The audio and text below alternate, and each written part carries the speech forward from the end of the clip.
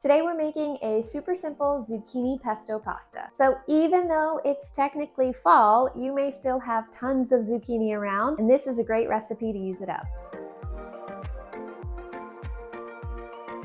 Zucchini pesto pasta is a super simple recipe, but I'm going to show you a couple of techniques to ensure that you get maximum flavor out of just a few simple ingredients. To get started, first we're just going to prepare our vegetables. You can start by slicing the shallot into thin half moons. I just cut the whole shallot in half first and then slice each half into thin strips. If you don't have or don't want to use shallots, you can also use half a red onion. For the zucchini, we're going to slice those into half moons as well. Just remove the top and the bottom and then cut the zucchini in half and again in half lengthwise. You want to make these at least 1/4 of an inch thick, perhaps even a little bit thicker, because I don't want the zucchini to get mushy. We want it to still have some texture in the final dish. Next, we're going to mince the garlic. You could use a microplane here if you wanted a much more pungent garlicky flavor, but you'll also want to make sure that you add the garlic later in the cooking process so that it doesn't burn or stick to the bottom of the pan. But here we're just going to mince the garlic so we can add it earlier. And finally, we're going to zest 1 lemon. We're going to use all the zest of this lemon. To cook the pasta, you can just follow the package instructions on the pasta that you're using. Add several large pinches of salt to a pot of water and bring it to a boil. This chickpea fusilli only takes about 5 minutes, so I'm going to reserve a little bit of the pasta water to use later and then drain the pasta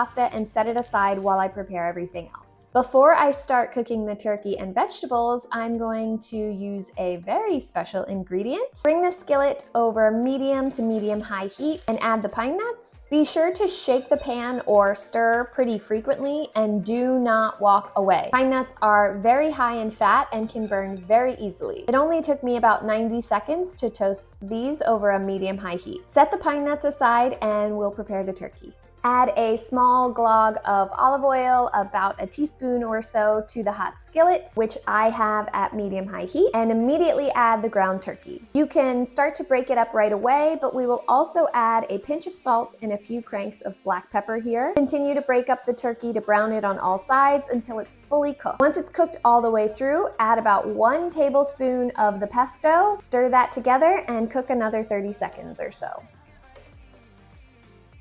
Remove the turkey to a bowl and set aside because we will cook the zucchini and aromatics in the same skillet. In the skillet, turn the heat down to medium and add another bit of olive oil, again another 1 to 2 teaspoons. Then add the shallots and a pinch of salt. I do recommend adding a pinch of salt each time you add an ingredient. This really helps to build those layers of flavor and ensures that your food is more evenly salted than if you were to add it all at the end. Saute the shallots for about 2 minutes, then add the garlic and saute for another 30 seconds. Finally, we're going to add the zucchini. Now, if you have a larger skillet than I do, this may be easier, but this is the size that I've got. We're going to cook the zucchini for about 5 minutes, so you'll want to stir it pretty frequently here, especially if your skillet is on the smaller size like mine is here. After about 5 minutes, you'll see the zucchini just change slightly in color and texture. We don't want it to be really fully cooked at this point because we're going to stir in the rest of the pesto, the lemon zest, and a few tablespoons of that reserved pasta water. Cook this for about 3 to 5 more minutes.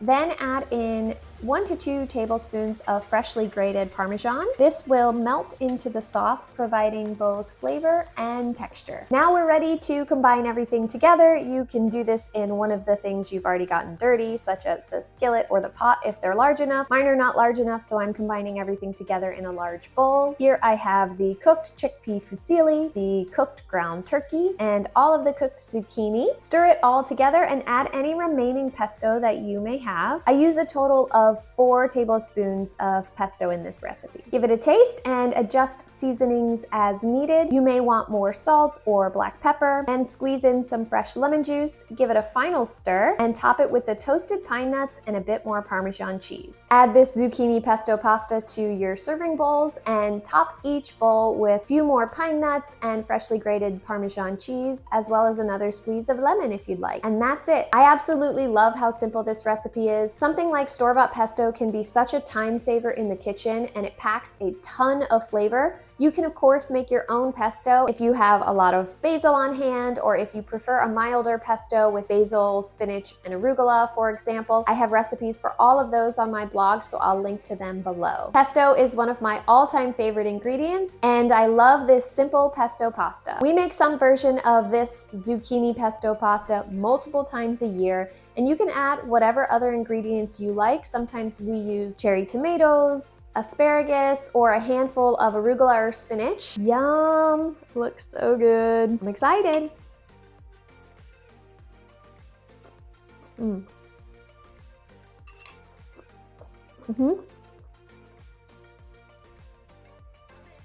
This pesto pasta dish is so simple, but with a few very specific techniques, it is incredibly delicious. I hope you get a chance to make it. I hope you enjoyed this easy pasta recipe, and thanks as always for being here. I'll see you in the next video.